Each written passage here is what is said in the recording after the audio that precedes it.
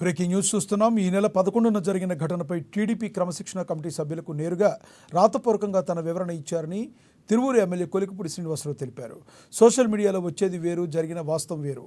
కంచె తొలగింపు ఘటన యాదృచ్ఛికంగా జరిగింది. కంచె ఉన్న విషయం అక్కడికి వెళ్లే వరకు తెలియదన్నారు.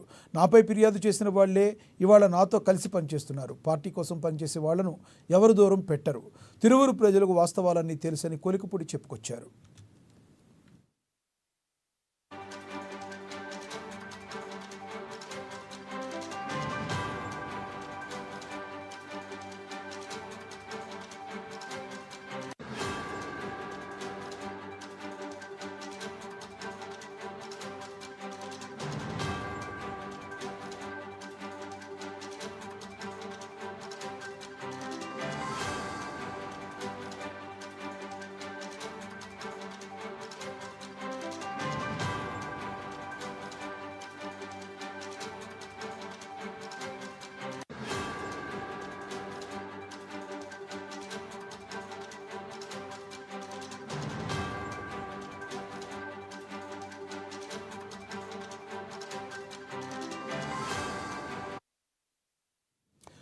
ఈ నెల 11న జరిగిన ఘటనపై టీడీపీ క్రమశిక్షణ కమిటీ సభ్యులకు నేరుగా రాతపూర్వకంగా తన వివరణ ఇచ్చారని తిరువూరు ఎమ్మెల్యే కొలికిపూడి శ్రీనివాసరావు తెలిపారు.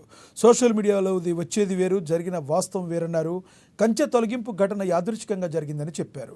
కంచె ఉన్న విషయం అక్కడికి వెళ్లే వరకు తన తెలియదన్నారు. నాపై ఫిర్యాదు చేసిన వాళ్ళు ఈరోజు తనతో కలిసి పనిచేస్తున్నారని చెప్పారు కొలికిపూడి.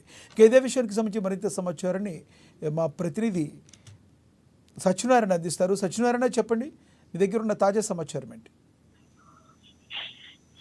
ఈ నెల 11న కొలుకుపూడి ఎంకోడూరు మండలం గోపాలపట్నంలోని తెదేపా గ్రామ కార్యదర్శి బుక్య రాంబాబు ఇంటికి వెళ్లారన్నట్టు తెలుస్తోంది. ఈ విషయంపై ఇప్పటికే చర్చ జరిగింది. ఈ పార్టీ అధిష్టానం దృష్టికి కూడా వెళ్ళింది. పార్టీ అధిష్టానం అయితే క్రమశిక్షణ కమిటీ కూడా వేయడం జరిగింది. ఈ క్రమశిక్షణ కమిటీలో అయితే కొలుకుపూడి శ్రీనివాసరావు వివరణ ఇచ్చారని అయితే తెలుస్తోంది. అలాగే బుక్యా కృష్ణ అనే వ్యక్తి వైకాపాకు చెందిన వ్యక్తి. బుక్యా రాంబాబుకు అతను సోదరుడు అవుతాడని అయితే తెలుస్తోంది. వారి మధ్య ఆస్తితగాద అయితే ఎప్పటి నుంచో కొనసాగుతుంది. ఈ ఆస్తితగాద కొనసాగుతున్న సమయంలోనే ఆ గ్రామంలో అయితే సీసీ రోడ్డు వేశారు.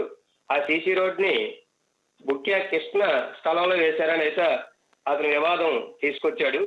ఈ వివాదం నడుస్తున్నప్పుడే ఆ రోడ్డు వైపుకు వెళ్ళి కృష్ణ వాళ్ళ భార్య బుక్యా కంటిపై కూడా తీవ్ర ఆగ్రహం వ్యక్తం చేసినట్లయితే తెలుస్తుంది.